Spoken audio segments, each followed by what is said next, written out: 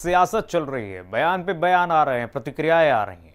चलिए अब आपको बताते हैं शासन की अगली फेल सिस्टम के बारे में। बिहार में करोड़ों की लागत से कोई पुल सरकार बना देती है, लेकिन वो पुल उद्घाटन तक नहीं टिक पाता है और ढह जाता है। बिहार में भ्रष्टाचार के पुल का धराशायी होना अब आम हो चुका है। ताजा मामला सिवान का है, देखिए रिपोर्ट में। बार बार क्यों गिरते हैं पुल? बिहार में टूटा भ्रष्टाचार का पुल। अररिया के बाद सिवान में गिरा पुल। एक ही हफ्ते में 2 पुल धड़ाम।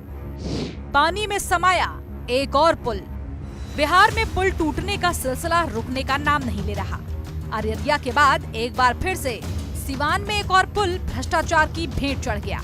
सिवान की गंडक नदी पर बन रहा पुल अररिया के बकरा नदी पर बन रहे पुल की तरह लोगों के सपनों पर पानी फेरते हुए नदी में समा गया। पिलर धंसते ही पुल नदी में पूरा का पूरा समा गया। सिवान 40 सालों का पुराना पुल टूटने से लोगों को नदी पार करने के लिए परेशानी सामने आने लगी। पुल टूटने से गांव में पानी घुस गया, जिससे लोगों को परेशानी उठानी पड़ रही है। पुल टूटने के बाद लोगों में गुस्सा बढ़ता हुआ नजर आया। सोचिए, इससे लोग गुजर रहे होते तो क्या होता। पुल गिरने की कहानी बताएं, उससे पहले हादसे की ये तस्वीर एक बार फिर से देखिए। हादसे का वीडियो लाइव सामने आया, जहां कुछ लोगों ने पुल को धंसते हुए देखा, जिसके बाद दोनों तरफ लोग रुक गए। पिलर गिरते ही पुल धड़ाम से नदी में गिर गया। इस हादसे में फिलहाल कोई हताहत नहीं हुआ है। ये पुल दरौंदा प्रखंड के रामगढ़ा पंचायत में बना था। पुल काफी पुराना था और इसकी पिछले साल मरम्मत भी की गई थी। देखिए पुल टूटने से पहले कैसे ये पिलर नीचे धंस रहा है। थोड़ा रुक रुक कर मलबा नीचे गिर रहा है और फिर अचानक ये तेज आवाज के साथ 2 हिस्सों में टूट जाता है। पुल गिरने से पूरी तरह से आवाजाही रुक गई। इस पुल के सहारे हजारों लोग इस तरफ से दूसरी तरफ जाते थे, लेकिन अब पास में गांव में जाने के लिए भी लोगों को काफी दूरी तय करनी पड़ेगी। पुल टूटने के बाद लोगों ने मांग की है जल्द से जल्द इसकी जांच की जाए और दोषियों को सजा दी जाए। ये पहली बार नहीं है जब बिहार में पुल हादसा हुआ है। इसके पहले भी कई बार बिहार में पुल हादसे हो चुके हैं। इनमें सुपौल और भागलपुर जैसे कई बड़े शहरों के नाम भी शामिल हैं। तो चलिए जानते हैं कि बिहार में कब कब पुल हादसे हुए हैं। बिहार के अररिया में गिरा पुल 18 जून 2024 को 12 करोड़ की लागत से इस पुल का निर्माण किया गया था। सुल्तानगंज में गिरा था पुल 4 जून 2023। सारण में गिरा था पुल 19 मार्च 2023। पुल अंग्रेजों के जमाने का था। बाढ़ के बाद पुल जर्जर हो गया था। दरभंगा और बेहटा में गिर गया था पुल 19 फरवरी 2023। ओवरलोड ट्रक की चपेट में आने से गिरा था पुल। पूर्णिया कटिहार में गिर गया था पुल 15 मई 2023। पुल गिरने से 10 मजदूर हुए थे घायल। नालंदा में भी गिरा था पुल 18 नवंबर 2022। घटिया निर्माण के कारण गिरा था पुल। सहरसा में भी गिरा था पुल 9 जून 2022। पुल गिरने से कई मजदूर घायल हुए थे। फतुहा में भी गिरा था पुल। ज्यादा बारिश की वजह से पुल गिरना बताया गया। तो ये नया नहीं है। बिहार में पुल गिरने की घटनाएं लंबे अरसों से चली आ रही हैं, लेकिन बिहार सरकार की कुंभकर्णी नींद अभी भी टूटी नहीं है। क्या बिहार सरकार किसी और बड़ी अनहोनी का इंतजार कर रही है? प्रशासन पुरानी घटनाओं से सबक क्यों नहीं लेता? आखिर पुल भ्रष्टाचार की भेंट क्यों चढ़ रहे हैं? ब्यूरो रिपोर्ट, हिंदी खबर।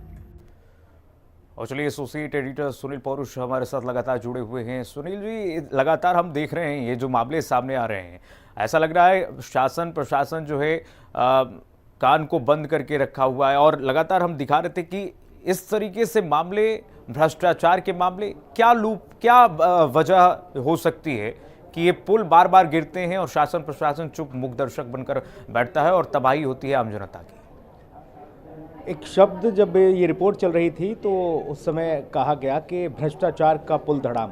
तो ये भ्रष्टाचार का पुल ही है कीर्तिमान, इसमें कोई संदेह नहीं है। भ्रष्टाचार का पुल इसलिए इसे कहा जा सकता है कि निर्माणाधीन पुलों की स्थिति आप देखिए। अररिया में क्या हुआ था, निर्माणाधीन पुल था जो कि बकरा नदी में जा बहा गया। और वो भी स्थिति तब जब 40 डिग्री से लेकर 45-48 डिग्री टेम्परेचर तक तापमान था। नदी में पानी भी बड़ा कम था। ये तो पुल 40 साल पुराना बताया भी जा रहा है, जो सीवान वाला है, गंडक नदी के ऊपर था, लेकिन इसके भी रखरखाव की स्थिति देखिए। 40 साल में ये गिरकर बर्बाद हो गया, रास्ता बंद हो गया लोगों के लिए। अब बारिशों का दौर शुरू होगा। अब समस्या इस बात को लेकर है कि बारिशों का दौर जब शुरू होगा तो लोगों के आवागमन के लिए क्या है भाई, एक किनारे से दूसरे किनारे कैसे जाओगे? नदियों में जलस्तर बढ़ जाता है, लोग बड़ी मुश्किल से नदी पार करके अपने शहर के रास्ते को पहुंचते हैं। लेकिन यहाँ तो जब पुल ही गिरते जाएंगे, और जो पुल बन रहे हैं कितने वर्ष हो गए, आप देखिए कि 2020 से 19 में जहां पुल का निर्माण शुरू हुआ, और अब जब आधा बना भी वो बह गया, तो अब उम्मीद करिए कि कितने वर्षों में फिर से तैयार होगा। करोड़ों करोड़ रुपए उसमें लग गए। भ्रष्टाचार पूरी तरह से हावी है।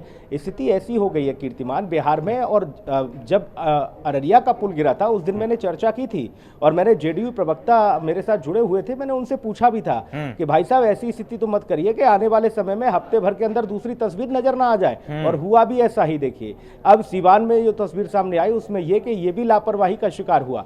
ये पुल 40 साल पहले बना था, तो क्या 40 साल पहले के पुल धराशायी हो रहे हैं क्या देश भर में?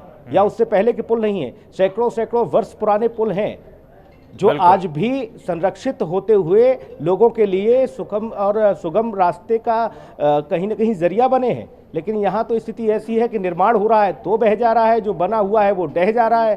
क्या ही खेल चल रहा है, कुछ समझ नहीं आ रहा।